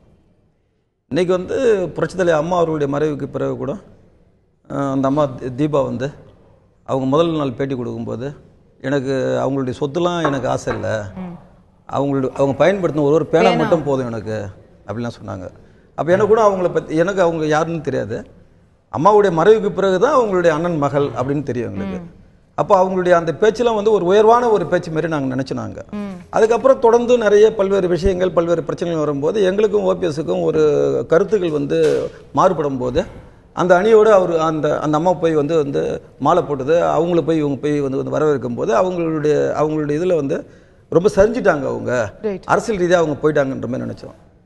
நேற்று நடந்த நிகழ்ச்சியை பொறுத்த மட்டும் வந்து அவங்க வந்து அந்த அம்மா யார் தீபான்னா புரட்சித்தலை அம்மா அவர்களுடைய ஒரு நாட்டினுடைய முதலமைச்சராக இருந்தவங்க, ஒரு ஒப்பற்ற தலைவனுடைய குடும்பத்திலேருந்து வந்தவங்க. அவங்களுக்கு எவ்வளோதான் பெரிய இழப்புகள் இருந்தாலும் அந்த ஒரு டிக்னிட்டியும் ஒரு மரியாதையும் அது சம்பந்தமான மாண்புகளையும் காப்பாற்ற வேண்டிய கடமையும் பொறுப்பும் அவங்களுக்கு இருக்குது. அவங்களுக்கு பெரிய இழப்புகள் வந்தால் கூட சரிதான்.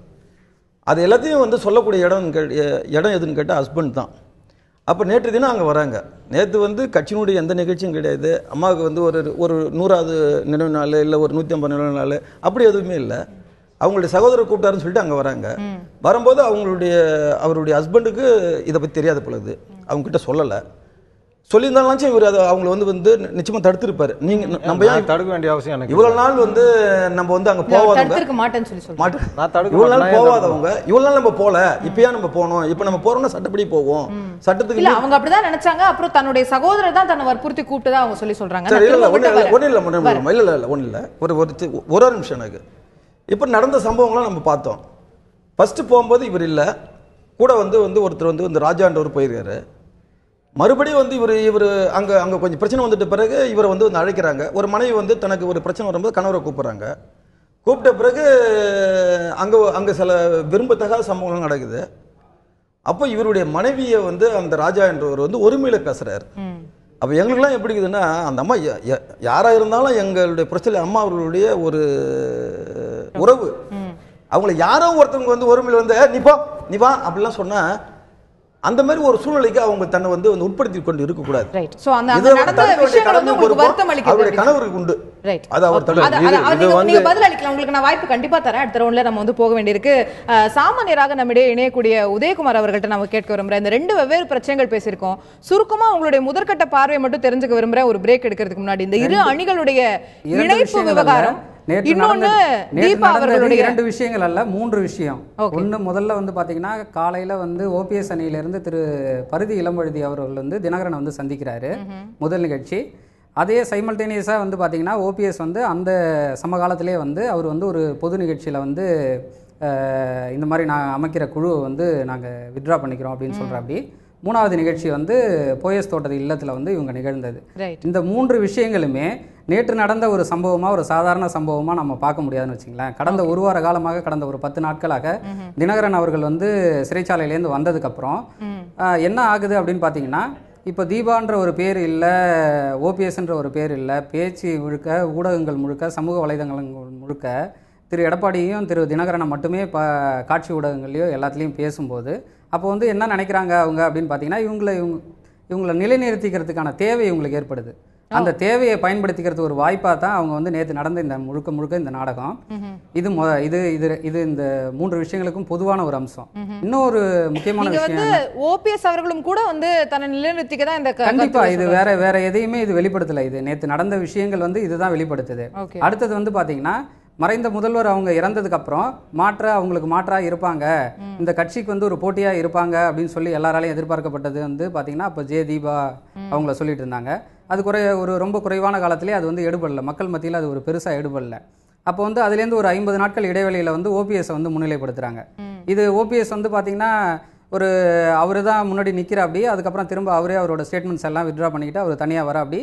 இந்த ஒரு எதிர்ப்பு அணிகள் அதுக்கு முன்னாடி வந்து எதிர்ப்பு நிலையில் இருந்த யாரெல்லாம் இருந்தாங்களோ கேபி முனுசாமி, திரு பிஹெச் பாண்டியன் இந்த மாதிரி போன்றவங்கள எதிர் மனநிலையில் இருந்தவங்க எல்லாரும் ஒன்றா சேர்றாங்க. அதுக்கப்புறம் திரும்ப ஒரு 50 நாட்கள் வந்து திரும்ப ஒரு வகையான அதெல்லாம் நம்ம பார்த்துட்டோம் ஒரு இது நடக்குது.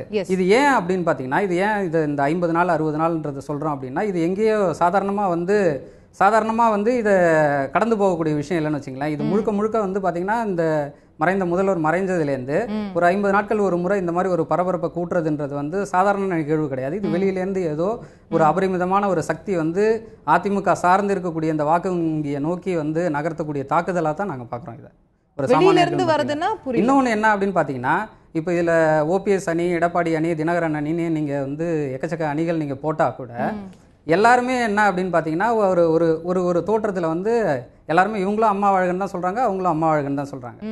யாருமே இதை கடந்து வெளியில போகலன்னு வச்சுங்களேன். அதுக்கு அடுத்தது இதை கடந்து இன்னொரு விஷயம் அப்படின்னு பார்த்தோம். அவங்க அப்படிதானே சொல்ல முடியும். இதை கடந்து இன்னொரு விஷயம் பார்க்குறோம் அப்படின்னு பார்த்தீங்கன்னா, இப்போ இன்னைக்கு வந்து வளர்ந்து வரக்கூடிய இந்த அரசுக்கு ஏற்படக்கூடிய அந்த நற்பண்புகள், அந்த ஒரு நல்ல பேர் வருது அப்படிங்கிற மாதிரி ஒரு தோற்றம் உருவாகிறத வந்து யாருமே விரும்பல அப்படிங்கிறத தான் இது வெளிப்படுத்துது. அப்படிதான் ஒரு சாமானியனா இந்த அரசின் மீது வந்து ஒரு நற்பெயர் வளர்ந்து வருதுன்னு நீங்க நினைக்கிறீங்களா? இல்லை, கண்டிப்பாக வந்து அவர் ஒரு 100 நாள் அவர் வந்து ஏதோ விஷயங்கள் எல்லாம் செஞ்சுருக்கிறாரு. நிறைய விஷயங்கள் நடந்திருக்கு. ஒரு விஷயத்தை வந்து நம்ம வெளியிலேருந்து பார்க்கும்போது தான் அதில் வந்து நல்லது நடந்திருக்கா கெட்டது நடந்திருக்கா அப்படிங்கிற விஷயத்தையும் நம்ம சொல்ல முடியும். ஓகே, அதுக்கான வாய்ப்பே அவருக்கு கொடுக்காம அவர் செஞ்சது பூரா தவறு அப்படின்னு நம்ம சொல்ல முடியாது இல்லையா? ரைட். ஸோ ஒரு வாய்ப்பு கொடுத்து பார்க்கணும் அப்படிங்கிறது உங்களோட பார்வையை நான் புரிஞ்சுக்கிறேன். நான் திரு செல்வராஜ் அவர்கள்ட்ட அதை பற்றி தான் கேட்கணும்னு நினைக்கிறேன். தீபா அவர்கள் தற்போது கூட மாதவன் அவர்கள் வந்து வச்ச குற்றச்சாட்டு நீங்கள் பார்த்துருப்பீங்க. அங்கே காவல்துறையினர் வந்து எங்களுக்கு எந்த உதவியும் செய்யலை, நாங்கள் வந்து அங்கே தாக்கப்பட்டோம், காவல்துறையினரை கூட எங்களை மிரட்டுறாங்க அப்படிங்கிற குற்றச்சாட்டுகள்லாம் அவங்களுடைய தரப்புலேருந்து வைக்கக்கூடியதை பார்க்க முடியுது. இது வந்து ஜெயலலிதா அவர்களுடைய குடும்பத்தை சேர்ந்தவர்கள் அப்படிங்கிறது ஒரு பக்கம், அவர்களுடைய முன்னாள் இல்லத்துக்கு முன்னாடியே வந்து இவ்வளோ பிரச்சனைகள் நடக்குது அப்படிங்கிறது ஒரு பக்கம். இன்னொரு பக்கம் எப்படி பார்க்கப்பட்டாலுமே அவங்க வந்து ஒரு காவல்துறை மூலமா அவங்க ஒரு பிரச்சனைகளுக்கு உள்ளாராங்க அப்படின்னு சொல்லும் போது எந்த ஒரு சாதாரண குடிமகனுக்கு அது நடந்தாலுமே அது ஒரு இஷ்யூ தானே. அது இவங்களுக்குன்னு சொல்லும் போது இன்னும் கொஞ்சம் பெரிய விஷயமா பார்க்கப்படுது. இவங்களுக்கு முழுமையாக பாதுகாப்பு கொடுத்து இவங்களே சொல்றது என்ன சொல்றாங்க, தனியார் காவலர்கள் தான் எங்களை வந்து தாக்க வந்தாங்க அப்படின்னு சொல்றாங்க. அது யாரும் பார்க்கல. ஒரு நிமிஷம், தாக்குனதாக யாரும் பார்த்ததாக வந்து அங்கே யாரும் சாட்சின்னு சொல்ல ஒன்றும் சொல்லல. ரெண்டாவது வந்து காவல்துறை முழுமையாக பாதுகாப்பு இருந்து தீபா மேடத்துக்கு சுற்றி வர நின்று பெண் காவலர் ஆண் காவலர்லாம் சுற்றி வர நின்று பாதுகாப்பாக கூட்டிட்டு போனாங்க. எந்த இடத்துல காவல்துறை அத்துமீறி நடக்கவில்லை. முழுமையாக எந்த சண்டையும் நடக்காம காவல்துறை மேல குற்றச்சாட்டு ஏத்தி அனுப்புறது தவறு தானே. அவங்க விருப்பப்பட்ட வண்டியில அவங்க ஏற விடலன்னு சொல்லி அவங்க இந்த கார்ல ஏறல, இங்க இருந்து அதிகமாக ஒரு அடி முன்னாடி வண்டியில ஏத்தி அனுப்ப கார் ஏறி போவாங்கறாங்க. அவங்களுக்கு எந்த கார் ஏறி போறதுக்கு விருப்பமோ அந்த கார்ல ஏறி போவாங்க. அவங்க கைய பிடிச்சதுல தீர்மானிக்கிறது யார் எந்த வண்டியில போகணும்னு சொல்லிட்டு நாங்க டிவிலயும் பார்த்தோம், நீங்க லைவே காட்டிட்டு இருந்தீங்க. லைவ்ல காட்ட போலீஸ்காரங்க யாரா பலிவந்தமா கூப்பிட்டு சொல்ல அவங்களுக்கு எந்த கார்ல யார விருப்பமோ அந்த கார்ல போவாங்க. இவர் சொல்றதுனால அவங்க ஒண்ணு மாறி ஏன் மனைவி ஏன் வண்டியில வரேன்னு சொல்றாங்க. அதனால கூட்டிட்டு போங்க. நாங்க ஏதாவது சொல்றோமா? நாங்க உங்க கணவன் மனைவிக்கு நாங்க வரவே இல்ல. அதாவது காவல்துறையை தவறு சொல்லல. காவல்துறை யாரோட கட்டுப்பாட்டுல இருக்கு? அவங்க சொல்றத கேட்டு தான் காவல்துறை செய்யல. எல்லாம் போகல, எங்கேயும் போகல. வெளியே வந்து கேட்டுக்கு வெளியே இவங்க சத்தம் போட்டு இருக்கும்போது தான் இப்படி பேசாதீங்கம்மா வாங்க போலாம்னு சொல்லி கூப்பிட்டாங்க ஒழிய எந்த இடத்துல காவல்துறை அத்துமீறி நடக்கவில்லை. அங்க எந்த அசம்பாவிதம் வேணும்னே அம்மா வந்து வீட்டுல இடத்துல வந்து இப்படி எல்லாம் சேர. நான் என்ன சொல்றவங்க போனாங்கல்ல அம்மா படத்துக்கு அஞ்சலி செலுத்த போறாங்க. அவங்க அண்ணன் தம்பி கூப்பிட்டு இவங்க ஏதாவது பூ வாங்கிட்டு போனாங்களா? ஒண்ணுமே வெறுங்கையோட போறாங்க. அப்புறம் எப்படி அந்த படத்துக்கு அஞ்சலி செலுத்த போவாங்க? எதுக்கு போனாங்க? அவங்க அண்ணன் தான். அவங்க ரெண்டு பேருக்குள்ள சிஸ்டர் பிரதர் சண்டை போட்டுக்கிறதுக்கு அந்த இடம் தான் முக்கியமா, அம்மா வீடு தான் முக்கியமா? மலிவு விளம்பர அரசியல் கோசம் அவங்க போனதா தெரியுது. மலிவு விளம்பரம் எங்களுக்கு தேவையா இல்லைங்க. அது தவறான. சற்று முன்னர் வந்து அந்த வீட்டுல அவங்க பிறந்து இருக்காங்க, அந்த வீட்டுல அவங்க பிறந்து இருக்காங்க, அவங்களுக்கு இருக்க உரிமை 100க்கு 100 அவங்களுக்கு உரிமை இருக்கு. போய் அம்மாவுக்கு பூ போடுறாங்க. தவறு. ஒரு வீட்டுக்கு ஒரு விரோதி வந்தாலே ஒரு விரோதி வந்தாலே அடிச்சு அனுப்புறாங்க. யாரும் வந்து தமிழ் பண்பாடு காவல்துறை என்ன பண்ணும்? ஒண்ணுமே நடவடிக்கை எடுக்கல. என்ன மிரட்டுறாங்க காவல்துறை, என்ன மிரட்டுறாங்க. அவங்களுக்கும் அவங்க தம்பிக்கும் பிரச்சனை. என் வண்டியில என் மனைவி ஏறணும்னு சொன்னாங்க, அது அலோவ் பண்ணாம இந்த வண்டியில தான் ஏறணும்னு சொல்றது தவறு. வண்டியில ஏறணும்னு சொல்றது தவறு. என் வண்டியில என் மனைவி ஏறுறத தடுக்கிறதுக்கு காவல்துறைக்கு என்ன அதிகாரம் இருக்கு. புரிஞ்சுக்கிட்டேன். ஒரே ஆனா நிமிஷம், அங்க வந்து தினசரி ஒரே நிமிஷம், நீங்க தினசரி அம்மா படத்துக்கு போய் மாலை போடுங்க, பூ போடுங்க, யாராவது வேண்டாம்னு சொல்றாங்க. தினசரி அம்மா அம்மாவை தெய்வம், நான் தெய்வமா எல்லாரும் வணங்குறேன். போறாங்க. அது யாரும் தடுக்க முடியாது. இல்லைங்க, நாங்க கேள்வி எங்க வருதுன்னா, அங்க வந்து குடும்பத்துல இருக்கிறவங்க கிட்ட வந்து சண்டை நடக்குது, பிரச்சனை நடக்குது, 4 பேர் மாறி மாறி திட்டுறீங்க, எல்லாம் பிரச்சனை எல்லாம் பண்றீங்க, அங்க வந்து ரோட்ல அத்தனை ஊடகங்களும் அதெல்லாமே பாக்குது. இது வந்து ஒரு குடும்பத்துடைய பிரச்சனை வீதியில வந்து நடந்துட்டு இருக்கு அப்படிங்கறத நம்ம பார்க்க முடியுது. ஆனா அதை தாண்டி அங்க நடந்த சம்பவங்களை வந்து இதெல்லாம் குடும்ப ரீதியா நடந்த எல்லா விஷயங்களையும் முடிச்சுட்டு வெளியே வரும்போது அவர்கள் என்ன சொல்றாங்க, ஆட்சி கலைக்கப்பட வேண்டும், இங்க வந்து சட்டம் ஒழுங்கு சரியில்லை, பிரதமரை சந்திப்பேன் அப்படின்னு சொல்றாங்க. ஒரு குடும்பத்துல இருக்கக்கூடிய பிரச்சனைக்காக பிரதமரை சந்திக்கிறது அவசியம்? குடும்பத்தால பிரச்சனை கிடையாதுங்க. காவல்துறை சம நடுநிலையில இல்லைங்க. காவல்துறை நடுநிலையில இருந்தா என்ன, என் கூட என் மனைவியை என் வண்டியில அனுப்பி இருந்தா நான் ஒத்துக்கிட்டேன். அவங்க வரேன்னு சொல்றவங்களை வந்து தடுத்து வேற வண்டியில போன்னு சொல்றது காவல்துறைக்கு என்ன அதிகாரம் இருக்கு? காவல்துறைக்கு குடும்பத்தை பிரிச்சு விடுறதால இங்க பாருங்க, இதெல்லாம் அப்பட்டமான பொய். காவல்துறை வந்து எந்த இடத்துல இவங்க மனைவி கையை பிடிச்சு ஏத்துனாங்களா? அவங்க கார் விரும்பி இவர் கூட போகல, அவங்க வேற அவங்க விரும்பி போகல. நீங்க வந்து ரெண்டாவது விஷயம், ஆட்சியை கலைப்போங்கிறாங்க. ஆட்சியை கலைப்போன்னு சொல்றாங்க. ஒரே நிமிஷம், ஆட்சியை கலைக்கிறேன்னு சொல்றது அந்த வண்டியில அவங்க விரும்பி வரல, அவங்க ஏன் வண்டியில வரேன்னு இவங்க சும்மா குடும்ப சண்டை வந்து டிராமா போடுவாங்க.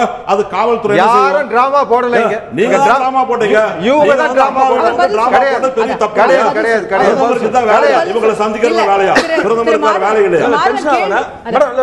அவர் பதில் சொல்லுங்க, வந்துடுறேன் உங்ககிட்ட வரேன். இல்ல கேள்வி எங்க அப்படின்னா, நிச்சயமா வந்து அந்த சொத்து ரீதியாக சட்ட ரீதியாக நீங்க என்ன விஷயங்களை முன்னெடுக்கிறீங்களோ அதுக்கு உங்களுக்கு வந்து முழு உரிமை இருக்குதுங்க, அது வேற விஷயம். அதுல வந்து தீபக் அவர்களோட உங்களுக்கு வந்து ஏதாவது பிரச்சனைகள் இருந்ததுன்னா அதை நீங்க நீதிமன்றத்தின் மூலமா வந்து சால்வ் பண்ணிக்கலாம், எது வேணாலும் பண்ணிக்கலாம். அததான் இவங்க சொன்னாங்க, நீதிமன்ற காப்பியோட நான் வீட்டுக்கு வரேன், இல்ல அதெல்லாம் ஒண்ணும் நடக்காது, இன்சல்ட் பண்ண மாட்டாங்கன்னு சொல்லி அவர் கொடுத்த நம்பிக்கையினால இவங்க உள்ள வந்தாங்க, உள்ள தாக்கப்பட்டார் அப்படின்னு அவர் சொன்னதா நீங்க சொல்றீங்க. என்னோட கேள்வி என்னன்னா, அது போன் ரெக்கார்டே இருக்கு, இதுக்கு ஏன் பிரதமரை சந்திக்கணும்? இதுல பிரதமர் எங்க பேசுனதுக்கு அவங்களுக்கு மேல ஏதாவது காயங்குதுங்களா? இல்ல இல்ல. யாருக்கு? தீபா மேடத்துக்கு உடம்பு காயம் இருக்கலாமே, அது அவங்கள தானே கேட்கணும். இல்ல அவங்க சம்பந்தமா ஏதாவது ஹாஸ்பிடல் போனாங்களா? போலீஸ் ஹாஸ்பிடல் அனுப்பிச்சது இல்ல, இன்ஜூரி டெஸ்ட் ஒரு அடி அடிச்சாக ஹாஸ்பிடல் போகணும் அவசியம் இல்லைங்க. எதுவும் இருந்ததா நமக்கு தெரியல. ஒண்ணு என்னன்னா, தாக்கப்பட்டது கடைசியா இருக்காங்க, நானும் சொல்றேங்க. கடைசியா முடிக்கும் போது இல்ல பிரதமரோட தலையீடுல உங்களுக்கு எங்க தேவைப்படுது? காவல்துறை சமநிலையில இல்ல, எங்களை ஓபனா மிரட்டுறாங்க. தமிழ்நாடு முழுவதும் பல இடங்கள்ல வந்து இந்த மாதிரி பிரச்சனைகள் நடக்குது, சச்சரவுகள் ஏற்படுது, காவல்துறையினர் மீதே கூட புகார்கள் கொடுக்கப்படுது, இல்ல காவல்துறை மாறி மாறி போயிட்டு இருக்கு. பட் இது வந்து ஒரு இடத்துல நடந்த ஒரு 7-8 பேருக்குள்ள இடையே நடைபெற்ற அந்த சச்சரவுக்கு வந்து பிரதமருடைய தலையீடு இது மட்டுமே காரணம் கிடையாதுங்க. இந்த அரசாங்கம் வந்து மாறி மாறி பதவிக்காக பதவியை தக்க வைக்கணும்ன்றதுக்காக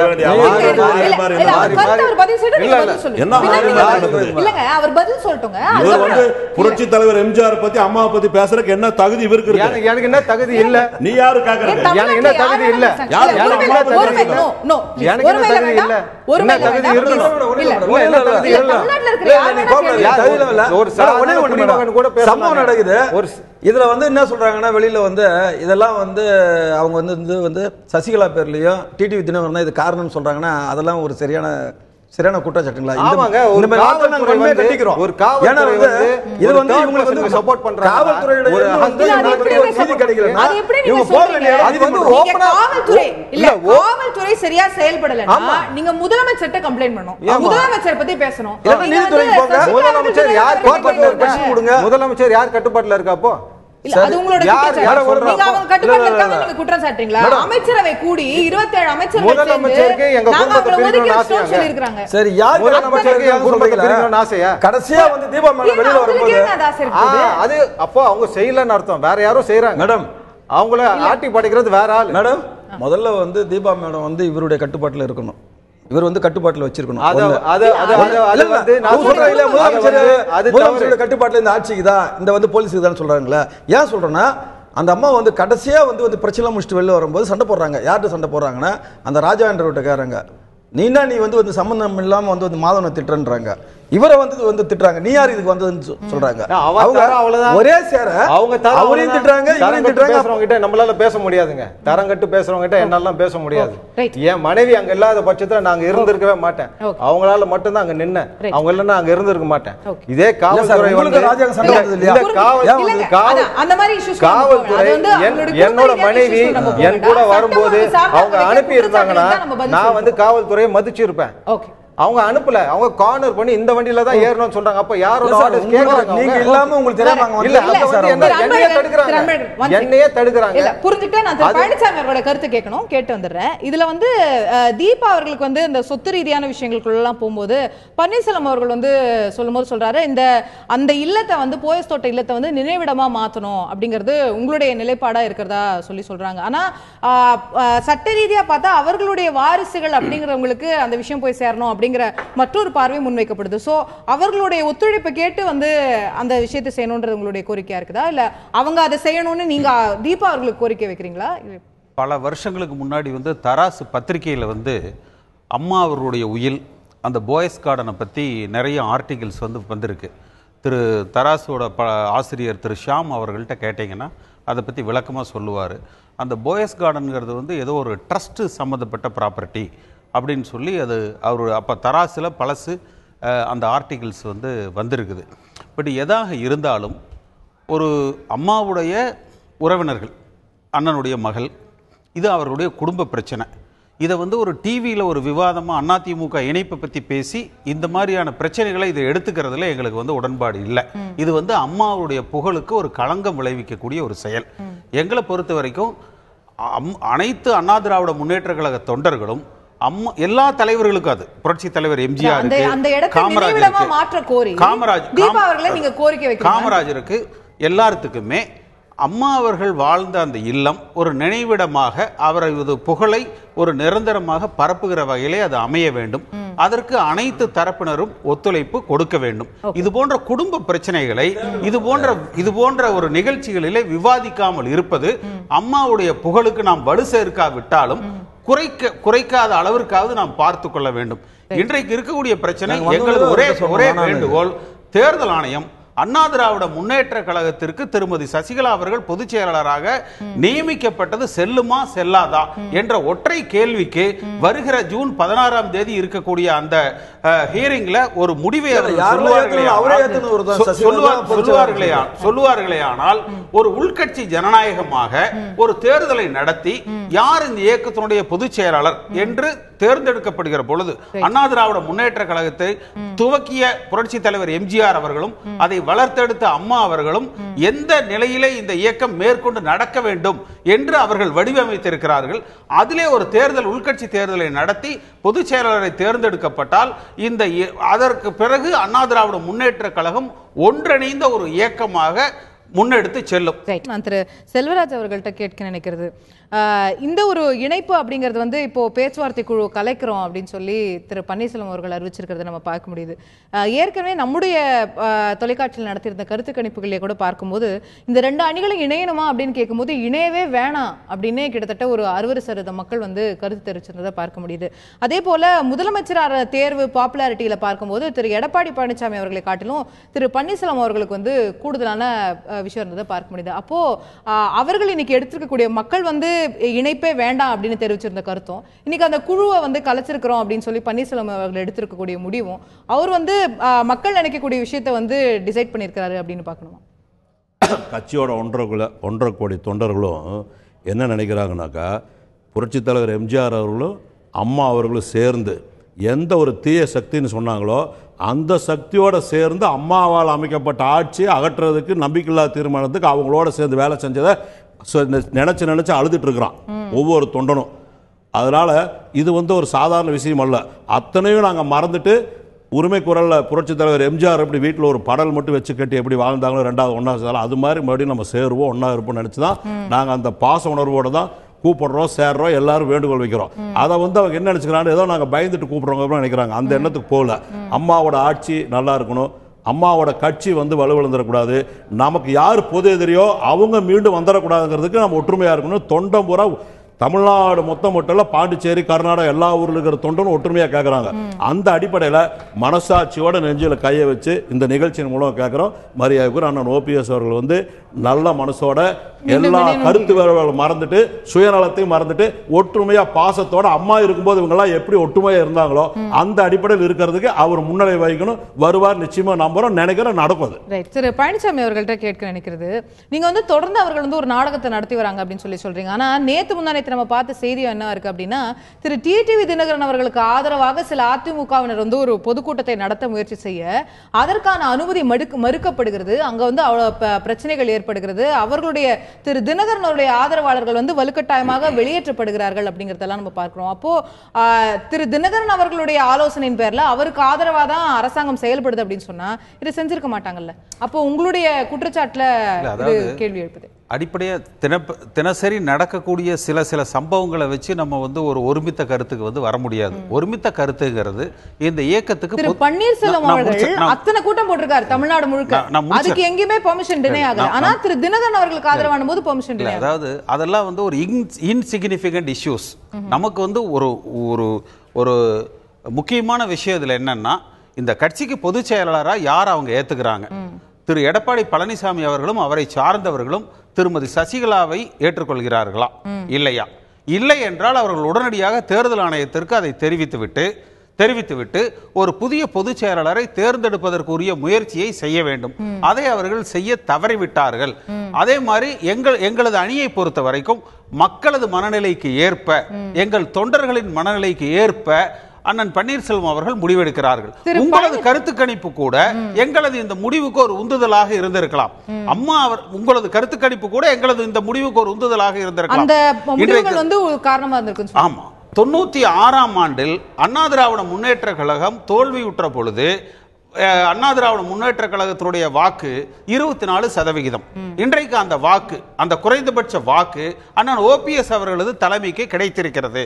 நிச்சயமாக இந்த ஒரு குறைபாடு உள்ள மனிதர்களை நாங்கள் திருமதி சசிகலா அவர்கள், திரு தினகரன் அவர்கள் இவர்களை ஒதுக்கி வைத்துவிட்டு ஒரு கன்ஸ்ட்ரக்டிவ் பாலிடிக்ஸாக இந்த பிரச்சனையை மேற்கொண்டு இணையுமா இணையாதா, மக்களை வெறுத்து போயிருக்கிற அளவுக்கு இருக்கிற இந்த நிகழ்வுகளை எல்லாம் ஒதுக்கிட்டு ஒரு தமிழ்நாட்டினுடைய நலன் சார்ந்த விஷயங்களை நாங்கள் முன்னெடுத்து போட்டி எங்களுக்கும் திராவிட முன்னேற்ற கழகத்துக்கும் தான் அதை நாங்கள் முன்னெடுத்து செல்லுகிற பொழுது நிச்சயமாக நம்ம பார்க்கணும்ல. இப்போ தந்தி தொலைக்காட்சியோட சர்வேலேயே கூட திராவிட முன்னேற்ற கழகம் ஒரு மிகப்பெரிய லீட வந்து எடுக்குது அப்படிங்கறத நம்ம பார்க்க முடியுது. நீங்க அந்த இடத்துல திரு ரஜினிகாந்த் அவர்களுக்கு ஒரு 21% நீங்க வச்சிருக்கீங்க. வந்துடுறேன். திரு எடப்பாடி பழனிசாமி அவர்களும் கூட ஒரு கூட்டத்துல பேசும்போது கதையெல்லாம் சொல்லி வந்து சொல்றாரு, 2 பேருக்குள்ள சண்டை வந்தது, சிங்கத்துக்கிட்ட நாட்டாம செய்ய போனாங்க, கடைசியில அந்த சிங்கம் வந்து ஒரு பங்கு கேட்டு எடுத்துக்கிச்சு, அதனால வந்து இது போன்ற சூசகமான சில விஷயங்களை நம்ம உங்களுடைய பிரிவினால வேறு ஒருவர் தான் பயனடைகிறாருன்னு முதலமைச்சர் சுட்டி காட்டுறாரு. அதுல வந்து திரு ரஜினிகாந்த் அவர்களுக்கு நீங்க 21% கொடுத்திருக்கிறீங்க. அவர் அரசியலுக்கு வர்றாரா இல்லையா அப்படிங்கிறது ஒரு கேள்வி. அவர் வரலைங்கிற பட்சத்தில் அந்த 21% நிச்சயமா ஒரு 20%, 18% எங்களுக்கு வரும் நாங்க நம்புறோம். அதே மாதிரி தமிழ்நாட்டில் வந்து அரசியல் கட்சிகள்ல சாராத ஒரு நடுநிலை வாக்காளர்கள் ஒரு திராவிட முன்னேற்ற கழகத்திற்கு எதிரான மனநிலையிலே இருக்கிறார்கள். அவர்கள் எல்லோருமே இன்றைக்கு இந்த இணைப்பு திருமதி சசிகலா அவர்கள் இந்த ஒரு இதுல வந்து அவங்க கசந்து அண்ணா திராவிட முன்னேற்ற கழகத்தை விட்டு வெளியிலே திராவிட முன்னேற்ற கழகத்தை நோக்கி பயணிக்கக்கூடிய ஒரு வாய்ப்பு. அதனால திரு ஸ்டாலினுக்கு 44 வந்திருக்கலாம். இவங்களை எல்லாம் நாங்க இணைக்கல. தனிப்பட்ட முறையில் அண்ணன் ஓபிஎஸ் தலைமையில் நாங்க முன்னெடுத்து செல்கிற பொழுது திராவிட முன்னேற்ற கழகத்தினுடைய வாக்கு வங்கியில இருந்து 15% 18% எங்களை நோக்கி வரும். திமுக 96ல 24% இருந்த அண்ணா திராவிட முன்னேற்ற கழகம் அடுத்து 2001ல வந்து ஆட்சி அமைச்சது. சோ எங்களுடைய worst phase இதே ஒரு காலகட்டத்தில் அண்ணன் ஓபிஎஸ்க்கு 47% இருந்தது. இணைப்புங்கிற இந்த நாடகத்தினால தான் எங்களுடைய 44 இன்னைக்கு 23 வந்திருக்குது. Right, okay. சோ வந்து நீங்க வந்து தனித்து இயங்கினாலுமே கூட வந்து அது திமுகக்கு சாதகம்ன்ற திராவிட முன்னேற்ற கழகத்தை நாங்கள் வெற்றி கொண்டு அம்மாவுடைய அரசாங்கத்தை அமைக்கக்கூடிய ஆற்றல் எங்களது அணிக்கு இருக்கிறது. ரைட். திரு அன்பழகன், உங்களுடைய இறுதியான பார்வை இந்த ஒரு விஷயத்துல. அவங்க வந்து இது வந்து திரு ஓபிஎஸ் அவர்கள் தலைமையிலேயே தனியா முன்னெடுத்து வந்து இந்த இயக்கத்தை வந்து முன்னிறுத்துவோம் அப்படிங்கறது அவங்களுடைய பார்வையா இருக்கு. நாங்க அத்தனை வாக்குகளையும் பெற முடியும் அப்படிங்கறது அவங்களுடைய பார்வை. எல்லாருக்கும் வந்து கனவு காண்ற உரிமை இருக்குது. அந்த அடிப்படையில் அவரும் வந்து நடக்க முடியாத ஒரு கனவு சொல்கிறாரு. ஒன்று. இன்னொன்று வந்து இப்போ இணைப்பெல்லாம் கூட நீங்கள் பேசியிருந்தீங்க. இந்த நேரத்தில் வந்து இணைப்பு வந்து இந்த ஆட்சி நடத்துறதுக்கு அவசியம் இல்லை. தமிழ்நாட்டில் ஆட்சி நடப்பதற்கு இந்த இணைப்பு வந்து அவசியம் இல்லை. மரியாதைக்குரிய ஓபிஎஸ் அண்ணனை பொறுத்த மட்டில் வந்து 2 நடக்க முடியாத தேவையற்ற கோரிக்கைகளை வைத்தார். அது அவருக்கு அந்த அணியை பொறுத்த மட்டும் தான் அது போன்ற கோரிக்கைகள் வந்து தேவையை தவிர எங்களுக்கு அந்த கோரிக்கைகள் வந்து எங்களுக்கு வந்து இந்த உடன்பாடு இல்லை. ஓகே. மரியாதைக்குரிய சின்னமாக இருக்கக்கூடாது, டிடிவி தினகரன் இருக்கக்கூடாது, அந்த குடும்பம் இருக்கக்கூடாதுன்னு அவர் ஒரு சில கருத்துக்கெல்லாம் சொன்னார். அதுக்கு ஏற்புடையது இல்லை. இப்போ நாங்கள் வந்து 1,52,000 அப்டேட் நாங்கள் இன்றைக்கி வந்து எலெக்ஷன் கமிஷனில் அடித்து கொடுத்துக்கிறோம். முதல்ல வந்து மரியாதைக்குரிய சின்னம்மா அவர்கள் பொதுச்செயலாளர்னு சொல்லியும் டிடிவி தினகரன் அவர்கள் வந்து துணை பொதுச் செயலாளர் தான் அப்டேட் நாங்கள் அடிச்சு ஒரு நிமிஷம் அடிச்சு கொடுத்துக்கிறோம். இப்பயும் வந்து இணைப்புக்கு பிறகும் இணைப்புன்னு சொல்லிட்டு வந்த பிறகும் நாங்கள் அவங்க 2 பேர் தான் அப்டேட்டில் அடிச்சிருக்கோம். அது அவங்களுக்கும் தெரியும். அதில் வந்து அவங்களுடைய கோரிக்கை வந்து ஏற்கப்படாத பட்சத்தில் வந்து அவங்க வந்து பல்வேறு விதமான கோரிக்கைகளை வைத்ததனுடைய அடிப்படையில் கோரிக்கைகள் ஏற்படாத போது இப்போ நாங்கள் இணைப்பு என்கின்ற ஒரு குழுவை கழிச்சிட்டோம்னு சொல்லிட்டாங்க. முடிஞ்சு போச்சு. அதில் அவங்க வந்து இணைப்புங்கிறது இல்லைன்ற பட்சத்தில் அவர்கள் என்ன சொல்றாங்கன்னா, அவர்களுடைய திரு பன்னீர்செல்வம் அவர்களுடைய தலைமையிலேயே வந்து இந்த கட்சி வந்து அடுத்த கட்டத்துக்கு போகும் அப்படின்னு அவங்க வந்து கான்ஃபிடண்டா சொல்றாங்க. காலம் வந்து நிறைய மாற்றங்களை உருவாக்குமா? அது அந்த நேரத்தில் வந்து கூட இணைப்புகள் வரலாம்.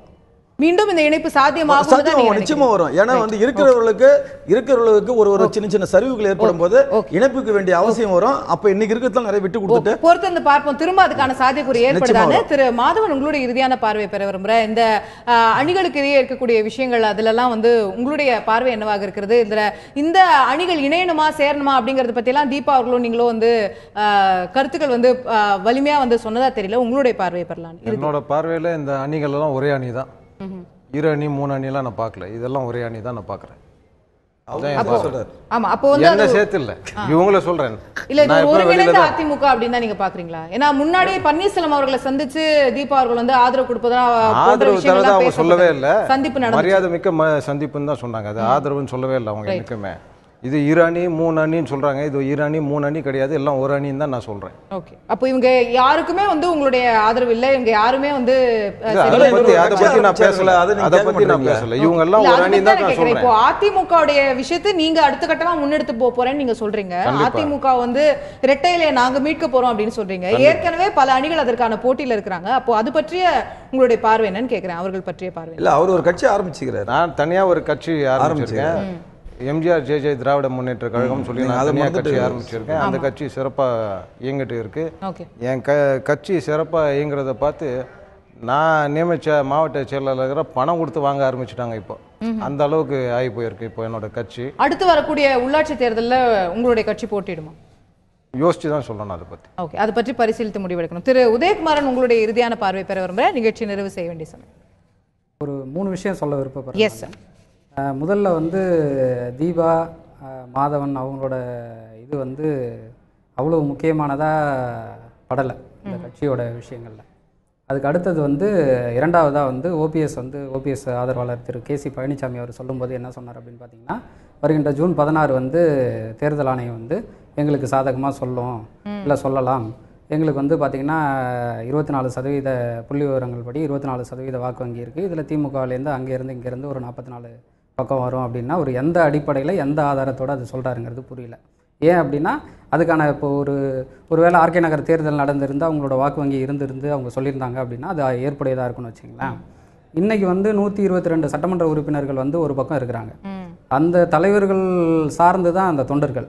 இது அவர் சொன்னது இது வந்து இன்சிக்னிஃபிகண்ட் இல்லை, இது அவ்வளோ முக்கியமானது இல்லை அப்படின்னு அவர் நிறைய விஷயங்கள் சொல்லும்போது அந்த முக்கியமானது இல்லை அப்படிங்கிறத இவங்க எந்த வகையாக இவங்க உருவகப்படுத்தினாங்க அப்படின்னு பார்த்தீங்கன்னா, பிப்ரவரி 7ஆம் தேதி வந்து ஓபிஎஸ் வந்து தியானம் பண்ணுறாரு, தனியாக பிரிஞ்சு அப்படி வந்ததுலேருந்து பார்த்திங்கன்னா ஒரு 15-20 நாட்கள் வந்து இந்த அரசு அமைகிற வரைக்குமே அவங்களோட முழு நேர வேலைங்கிறது வந்து ஊடகத்துக்கு முன்னாடி நின்று யாரோ ஒருத்தவங்க வருவாங்க, புதுசாக தேமுதிகலேருந்து வருவாங்க, இல்லை வேறு ஏதோ ஒரு கட்சியில் வருவாங்க, ஒரு சட்டமன்ற உறுப்பினர் வருவார், இல்லை ஒரு நாடாளுமன்ற உறுப்பினர் வருவார், எங்களுக்கு வந்து ஆதரவு பெருகிடுச்சு அப்படிங்கிற மாதிரி ஒரு வாதத்தை தான் அவங்க முன் வச்சுட்டு இருந்தாங்க. வேறு எதுவும் மக்கள் நலத்திட்டங்களையோ நாங்கள் வந்து அவங்க சொல்கிற அம்மாவோட லெகசியை வந்து நாங்கள் இந்த மாதிரி கொண்டு போவோம் மக்கள்கிட்ட, அந்த மாதிரிலாம் அவங்க எதுவுமே செய்யலை. அது முழுக்க எல்லாமே பம்மாத்து வேலை தான். அதுக்கு அடுத்ததாக வந்து பார்த்திங்கன்னா இப்போ இருக்கக்கூடிய முக்கியமான பிரச்சனை அப்படின்னு பார்த்தீங்கன்னா, பாரதிய ஜனதா ஆளாத மாநிலங்களில் மத்திய அரசு நிகழ்த்தக்கூடிய வன்முறையாக தான் இதை நாங்கள் பார்க்குறோம். முழுக்க டிசம்பர் 5 மறைந்த முதல்வர் அதுக்கப்புறம் வந்து இந்த 6 மாத காலமாக நடக்கக்கூடிய விஷயங்கள் அனைத்துமே மத்திய அரசால மாநில அரசு மீது பாரதிய ஜனதா ஆளாத மாநிலங்கள் மீது நிகழ்த்தப்படுகின்ற வன்முறை ஒரு திட்டமிட்டு அரங்கேற்றப்படுகிற வன்முறையா தான் இதை நாங்க பதிவு இது மத்திய அரசாங்கத்துடைய கை இருக்கின்றது உங்களுடைய விமர்சனம். முழுக்க இது அதுதான் இருக்கு. இதனால இது என்னோட விமர்சனமா இருக்குல்ல. நாட்டு மக்களுக்கு இவங்களோட சண்டையால எந்த விதமான நலனும் ஏற்பட போறதில்ல. இவங்க நாட்டு மக்களுக்கு என்ன விதமான நல்ல விஷயங்கள் சொல்ல வராங்கன்றதையும் இனிமேதான் பொறுத்து இருந்து தான் பார்க்கணும். வேற எந்த லெகசியும் இவங்க ஃபாலோ பண்ணவே இல்லை. உங்களுடைய விமர்சன பார்வைகளை நீங்க முன் வச்சிருக்கீங்க. இறுதியா உங்கள்ட்ட ஒரு கேள்வி கேட்க விரும்புறேன். நான் அவங்களுடைய வாக்கு சதவீதம்லாம் வந்து ஆதாரப்பூர்வமற்றதுங்கிறது உங்களுக்கு நீங்க வந்து அதை டிஸ்பியூட் பண்ணீங்க. உங்களுடைய பார்வையில இன்னைக்கு ஒரு தேர்தல் நடந்தால், உள்ளாட்சி தேர்தலோ இடைத்தேர்தலோ எந்த ஒரு தேர்தலோ நடந்தால் யாருக்கான எட்ஜ் இருக்கு? தேர்தல் நடத்துறதுக்கு இப்போ மாநில அரசு முதல்ல தயாரா இல்ல. மத்திய அரசு வலுக்கட்டாயமா திணிச்சா மட்டும்தான் உண்டு. இல்ல நான் சட்டமன்ற தேர்தலை கேட்கல. இன்னைக்கு ஒரு இடைத்தேர்தலோ உள்ளாட்சி தேர்தலோ ஏதேனும் வகையில ஒரு தேர்தல் வந்துச்சு அப்படின்னா யாருக்கான எட்ஜ் இருக்கும்? ஏன்னா அந்த வாக்கு சதவீதத்தை நீங்க தப்புன்னு சொன்னீங்க இல்லையா? உங்களோட பார்வையில யாருக்கு இப்போ வந்து ஒரு முன்னிலை இருக்குன்னு நீங்க நினைக்கிறீங்க? இல்ல, அதாவது வாக்கு வங்கி வாக்கு சதவீத முன்னிலை அப்படிங்கிறது தனிநபர் சார்ந்திருந்த அரசியல் தமிழகத்தில் வந்து மாறி போச்சு. சரிங்களா?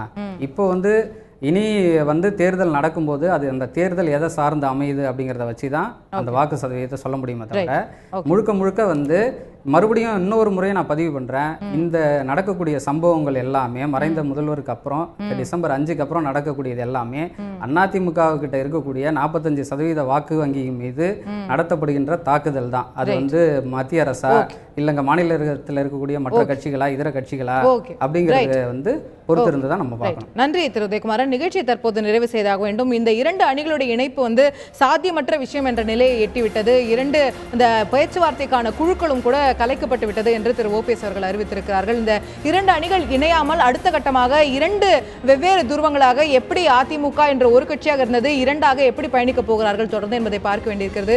தேர்தல் ஆணையத்துடைய முடிவு என்பது தற்போதைய நிலையில் மிகப்பெரிய முக்கியத்துவத்தை பெற்றிருக்கிறது. இணைப்பு என்பது இல்லை என்று சொல்லும்போது பொதுச் செயலாளர் நியமனம் சரியா, இரட்டையில யாருக்கு என்ற 2 கேள்விகளுக்கும் தேர்தல் ஆணையம் பதிலளிக்குமே ஆனால் அது இந்த விஷயங்களை அடுத்த கட்டத்திற்கு நகர்த்தி செல்லும் என்று எதிர்பார்க்கலாம். தேர்தல் ஆணையத்துடைய முடிவுக்காக காத்திருப்போம். நிகழ்ச்சியில் கலந்து கொண்டு கருத்துக்களை தெரிவித்த அனைத்து விருந்தினர்களுக்கும் நன்றி. பார்த்த உங்களுக்கும் நன்றி நேயர்களே. தொடர்ந்து இணைந்திருங்கள். தந்தி தொலைக்காட்சி.